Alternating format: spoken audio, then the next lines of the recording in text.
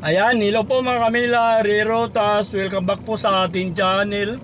At nasa Roses po tayo mga Kamila, dito sa malapit po yun sa Quezon Avenue.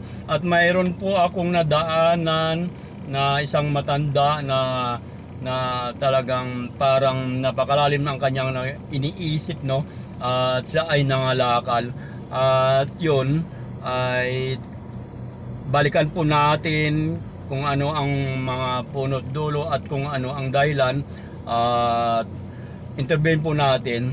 Tara po mga Kamila, intervene po natin si tatay at kung ano ang mga kanyang iniisip at baka gutom na ang matanda, no?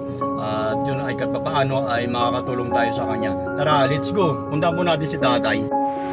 Yan po si tatay, dito po mga Kamila. Dito yata nakatira si tatay.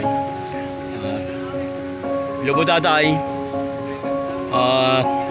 Tatay, magandang umaga sa inyo. Kanina nagpupunas ako doon at nakita ko kayo na nakatayo. Ako yung nagpupunas doon ng sakyan ko. Pwede ko ba ako kayo may interview? Tatay, nakapag-almusal na ba kayo? Pag-almusal na kayo? Oo, nakakain na po kayo? Nakalmusal? Saan po kayo nakatira, tatay? Dito lang kayo nakatira? Ibig sabihin, wala po kayong bahay, tatay? Dati sa taga-Pandakan po kayo? Sa Mura Pandakan.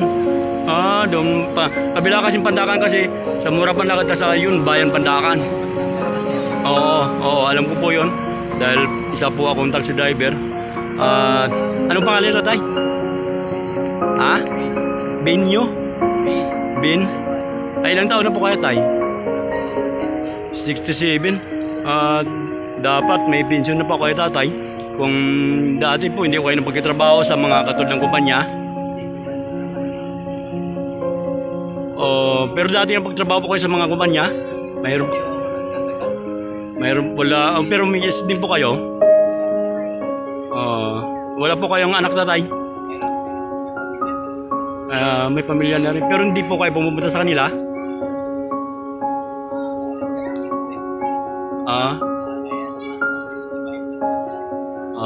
Yun lang po.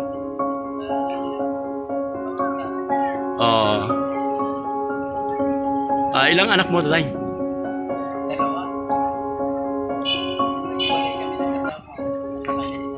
Pero wala po kayo asawa? Ano bang maitutulong ko sa inyo, tatay? Gusto mo bibigyan kita ng asawa? Gusto mo ba ng asawa? Bigyan kita ng asawa? Hindi mo na kailangan ng asawa. Pero dito na lang kayo natutulog, tatay. At yun mga Kamila, hindi yun may alaga si tatay na aso. At dito daw siya natutulog. Saan po kayo Ayun po mga Kamila, si tatay. In-interview po natin kanina at nagloko po yung cellphone ko. Ito po si tatay na po. Ayun, tay, pag tapos mo pananghalian, mag-iikot ka pa niyan, mga lakal ka uli. Maggabi. Bakit gabi, tay? Pag-araw walang makuha, tsaka mainit. Buti hindi ka nahilo, tay. Pag ka dito, mainit. Matinding init ay sa araw. At napakahirap na baka mamaya mangyari sa'yo, matumba kayo dyan. At yun ay mas magaling. Dapat magbaon po kayo ng tubig, tay. Kaya ay napakahirap talaga ng buhay na ganitong sitwasyon. Basta laban lang sa buhay, tay. Huwag kang mawalan ng pag-asa.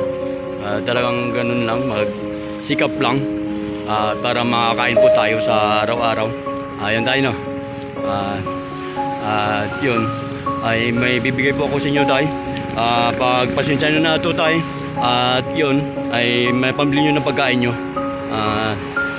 Yun, malit na bagay lang po yun ang ibigay ko sa inyo. Pagpasensya nyo na.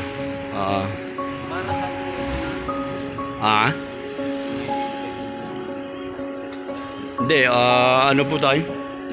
Ako, pag mayroon ako madaanan na halimbawa na katulad na nangalakal, katulad ninyo, ay kahit papaano pag mayroon akong pera at napatama na wala akong pasahero, at yun kahit papaano ay abutan ko at nakakatulong ako kahit papaano.